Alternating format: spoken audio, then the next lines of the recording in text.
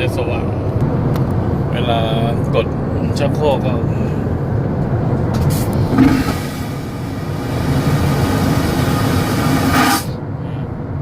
ตรงนี้มีกระดาษครับแล้วก็นี่มีที่รองนั่งชักโครกครับก็นี่มีน้ำหอมหน่อยแล้วก็มีน้ำนี่ครับน้ำ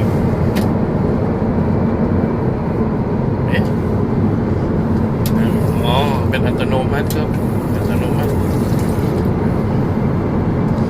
ก็นี่เป็นที่ทิ้งขยะมีกระดาษอยู่ตรงนี้ครับก็นี่มีที่แขวนนะครับส่วนนี้เป็นที่เขี่ยบุหรี่นะฮะเขาห้ามสูบบุหรี่แต่ว่าเขามีเอาไว้เผื่อถ้าเกิดมีคน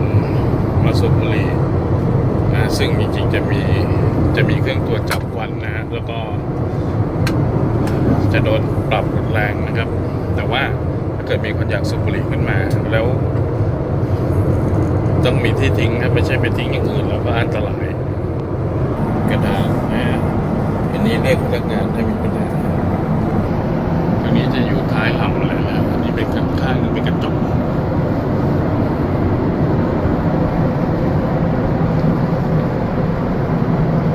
ก็ในห้องน้ำเนี่ยมันจะมีให้สังเกตนะครับจะมีบางทีมีเนี่ยที่เป็นถุงนะครับเอาไว้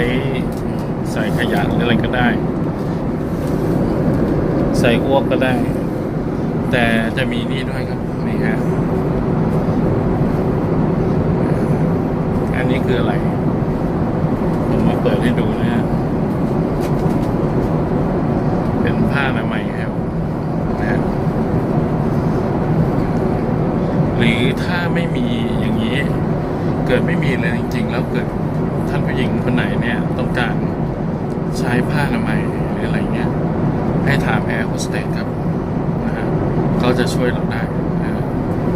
เพราะไม่แน่เกิดกระทันหันขึ้นมาโดยเฉพาะเที่ยวบินที่บินไกลๆนะครับนี่เขาจะใส่ไว้ในนี้นี่จะมีถ้วยเลยเผื่อใครจะปวดปากแปรงฟันหรืออะไรเงี้ยครับเขาจะใช้คำศัพท์ว่า lavatory นะครับเป็นคำศัพท์สูงนะจริงๆน่าจะใช้ทอยเลทนะบางคนอาจจะงงคำนี้คำนี้ก็คือความหมายของห้องน้ำนั่นเองเปิดก็อย่างนี้ฮะไฟก็จะดับลง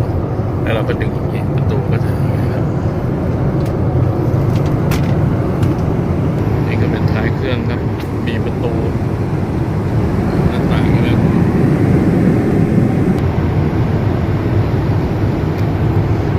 ผู้โดยสารแต่ละคนก็มีจออุปกรณ์บันเทิงนะครับสามารถเล่นเกมดูหนังแล้วก็ฟังเพลงได้หรือว่าดูข้อมูลนะฮะที่มาเข้าห้องน้ำแล้วก็มายืนยืดเส้นยืดสายสักหน่อยก็ได้ครับไม่เป็นไรให้เลือดลมมันเดินครับเที่ยวบินยาวๆอย่างนี้ก็เข้าห้องน้ำอีกอันหนึ่งแต่ว่าจะเล็กกว่าหลักการก็คล้ายๆกัน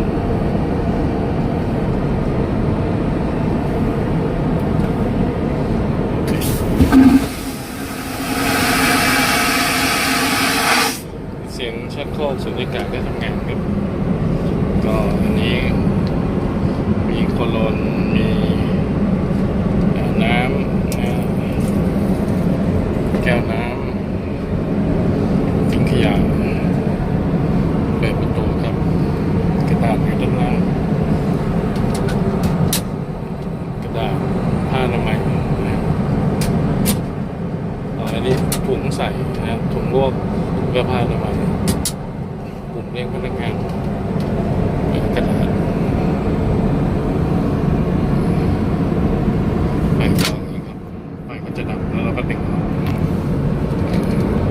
นี่เป็นชุมนุมห้องน้ำนะครับ